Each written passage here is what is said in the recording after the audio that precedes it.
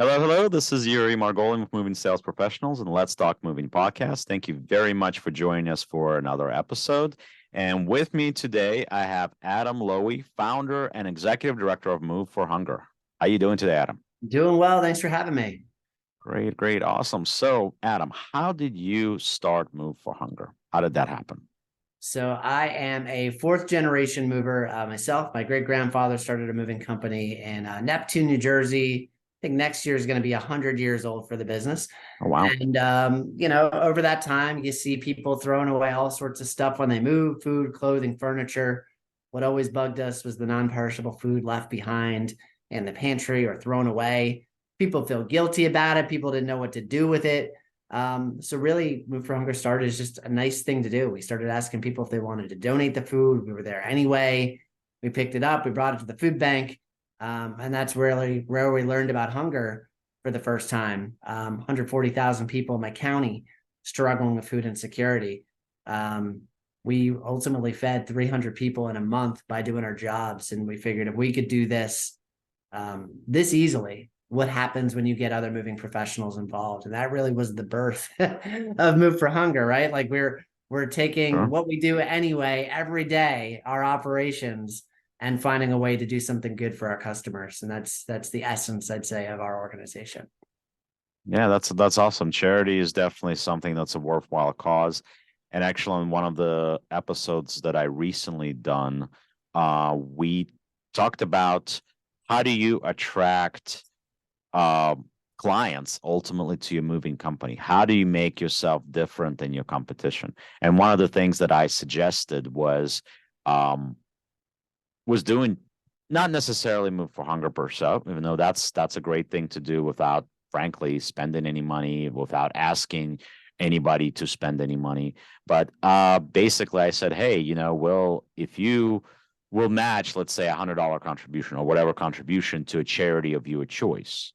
Of course, if people mention it. Now, of course, that wasn't necessarily the most philanthropic thing, because what I was saying, hey, you can, if people are calling for that specific issue, you can build that $100 or $200 or whatever it is into their pricing somewhere, but at the same time doing something that at the end of the day, obviously you're not making anything from it when you do that. But ultimately the money from the person that's moving does go to a good cause, and you separate yourself from your competition ultimately. So it's not necessarily sounds like the most altruistic thing, but at the same time, if you get somebody to give $100, right, to charity, even if it turns into $200 because the moving company built another $100 into the quote somewhere, so that they didn't really have to match it per se, right? You're still having that $200 go to help somebody ultimately. Listen. And now for a quick message from our sponsors. For a limited time only, we have partnered with an SEO and marketing company with discounted rates for their services. Schedule an appointment via Calendly link below to learn more. Thank you. And now getting back to the podcast. So doing good is good for business, right? At the end of the day. Right. And people make purchase decisions, make giving decisions when you're talking about nonprofits. They do that not based on the company or the cause, but they typically do that based on a relationship. Whether you're talking about a charity and they've got a relationship with either the person running the organization, or they know someone that is affected by that issue, whether in our case it be food insecurity, or maybe it's cancer or whatever it might be. Or when you're talking about, the moving business, you're taking the time to establish that relationship with your potential customer, because at the end of the day, there's only so many ways you as a company can differentiate yourself across, beyond the other businesses, beyond price. Right. Some companies are going to price themselves a little bit higher, and they're going to give that high level of service. And it takes that whole relationship and all those conversations and touch points to let you know that you are worth that money, versus the person that's just going to pick the cheapest and they don't care what else, really goes on with that. But when you've got so many things being roughly equal, now you've got a chance to differentiate yourselves. With us, when we were getting started, Move for Hunger was a sales tool for my family's moving company, right? Our sales guys would lead with that. They're in the kitchen, they're doing the estimate. hey, by the way, did you know we're happy to take any unopened, non-perishable food items you don't want to the food bank free of charge? They left a box, they left a letter there. They didn't even get the job yet. And you know Mhm. what? When people were evaluating all the quotes and all the emails and all the postcards that they received, there was one company that left that positive impression that, you know what? Right. You leave This that little company is going thing to in do the back of something their good with mind, me. right? I can do something good with your company. And you've made that easy. And at the end, you know, what I've learned over the 14 years that I've done this is ultimately people want to do good. They don't know how, they don't know where, but if you make it easy, in this case, we're bringing a food drive into people's living rooms every day, not just easy for the customer, but easy for the moving company as well. People are going to take that opportunity to do something good and help their neighbors. And today we've got 1,200 moving companies across the US and Canada participating because we made it easy for folks to do good.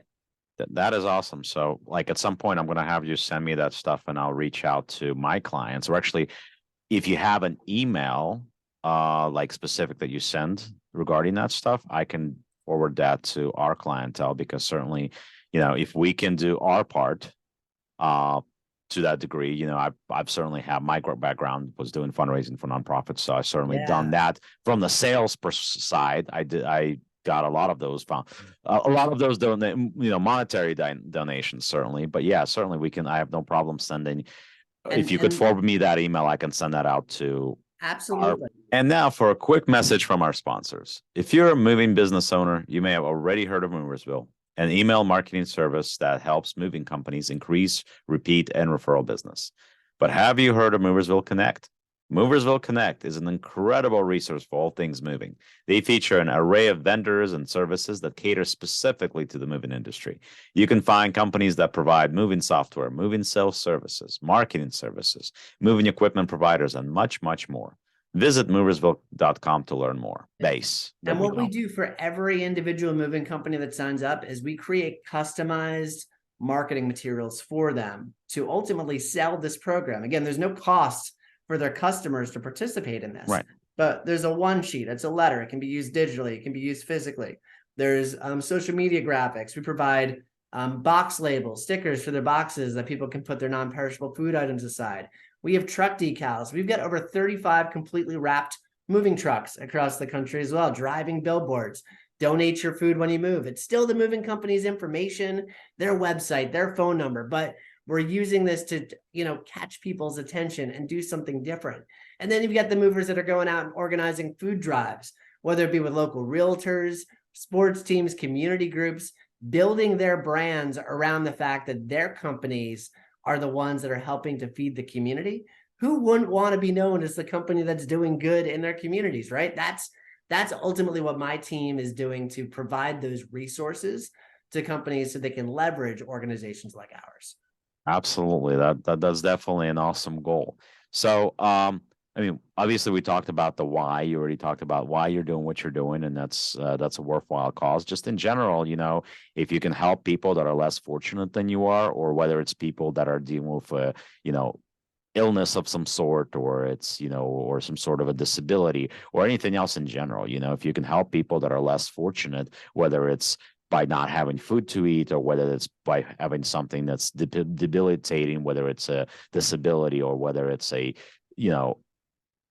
disease of some sort or something else, any kind of thing that you can do to make this world ultimately a better place is something that we, I think, all hope to strive for. I mean, not everybody's focusing on that, but I think that is so important to make sure that we get there. So yeah, and you talked about the why, or we talked about the why a little bit, and it's not just why I do this, but why others should do this. And what people don't understand is 1 in 8 kids in this country go to bed hungry every night. Every night, 1 in 8 children in one of the wealthiest nations in the world don't have enough food. And at the same time, the United States wastes 38% of the food it produces. 38% of all the food produced in this country ends up in a landfill for a variety of reasons. And the majority of that food is being wasted at that household level. So the average family of 4 wastes $1,600 worth of food annually, right? And then on top of that, if we were just able to recover half of all of the food that's wasted in this country, we'd be able to provide every hungry American 3 meals a day, every day. It's not that there's not enough food out there. absolutely. I used to when I was younger, one of my, well, not the first job certainly, but one of the jobs that I worked at Panera Bread for a short amount of time. Hmm. And Panera Bread, I don't know if you guys know this, but Panera Bread, at the end of the night, when they close up, whatever bread or any baked goods that they have left on their shelves get donated to a local food bank. Yeah, they're So one of they're the like, ones that are really great at they that. could, technically speaking, they could just leave that food, leave all that bread, and for the next day, and people will still buy it. Next day, it would still be good enough to eat and whatever, but they don't. They don't. They make the donation, and at the end of the day, so it's like on one side, you're getting basically fresh bread every single day you go to Panera Bread that's baked that day, that early morning. It's like 4 or 5 a.m. in the morning, or maybe even earlier than that, that they have their bakers that are there baking that bread, right? And at the same time that they donate bread that's still good, that's still fresh, And we're starting to see every more night. of that, right? So I know like Right. Yeah. Starbucks is doing the same. I was at a meeting a few weeks ago with some of the nation's major grocery chains. And what you're going to start seeing is dynamic pricing. Like as food starts to approach that expiration date on there, you might see the cost begin to lower. Why should you pay full price for something that's only got a day left? And by the way, that expiration date doesn't actually mean anything. Best by, use by, sell by expires on, right? Right. That's all nonsense to get you to buy more. But the grocery store isn't going to sell something that is past whatever date is printed on that label. So the grocery store doesn't want to waste that food. They do whatever they can typically to get it donated, but you'd be surprised how much food ends up just getting thrown away because maybe it's got a blemish and no one's going to buy it, or it's so close to expiration, or maybe when the food was delivered from the logistics company, one part of the pallet had a nick on it, and then the whole load is rejected and it ends up in landfill. We Right. see those things happen every single day, and it's really important that consumers think about that as well when they enter the grocery store and buy that ugly fruit or ugly, piece of produce, because Sure. otherwise it's going to end up in the trash. But there's a lot of logistics involved in making sure not only food doesn't go to waste, but also that food is able to get donated to people in need. And those are the things that we're tackling, not just folks donating food when they relocate, but we're working with CPG companies, farmers, distribution centers, to pick up pallets or sometimes trailer loads of product that otherwise would be headed for a landfill. Yeah, definitely, it's definitely a worthwhile cause. So that's something that we definitely want to highlight. And I'm sure that uh, my people don't know yet. The people that work for me, we certainly got a big family over here, so they don't know that we're participating in doing this episode with you. So I'm sure they're going to be pretty happy to hear something like that. They're going to be happy that we are in one way, shape, or form highlighting such a worthwhile cause. So absolutely. So all of you movers out there, do the good thing. Help out with curbing hunger. Help out with Move for Hunger. Contact Adam. Reach out. We're going to make sure we put some links out so you can click on them and go to their website. And Adam will certainly make sure that we get his information on our website. And we're also going to make sure that we send the emails out to all of you guys that have received promotional information or otherwise from us here at Moving Sales Professionals in the past. So we're going to make sure that we send that out to you. So if you are interested in participating in this and helping us do a good thing all together with Adam, please do. But Yeah. And Adam, folks can go to moveforhunger.org/join. And that is really how any moving company can sign up. All the information's on there. Again, we create all the customized materials that you can use in your sales presentations. Feels like I'm talking to sales professionals here that are always looking for an extra tool for their toolbox, right? of And this course. is one of those things. This is something that will set you apart. If you're part of like the van line system and you want to compete with other agents, why not compete for something good? But we're working with everybody, van lines, independents, going over to freight and logistics and 3PLs. But we started in moving. We've got more moving partners than I'd say anybody else in transportation. That is awesome. So, Adam, thank you very much for joining us here on Let's Talk Moving podcast. And once again, as I always say, the world moves on its own. Let the professionals move yours for you. Thank you for joining us, and we'll talk to you soon. Thank you, Adam. Thank you.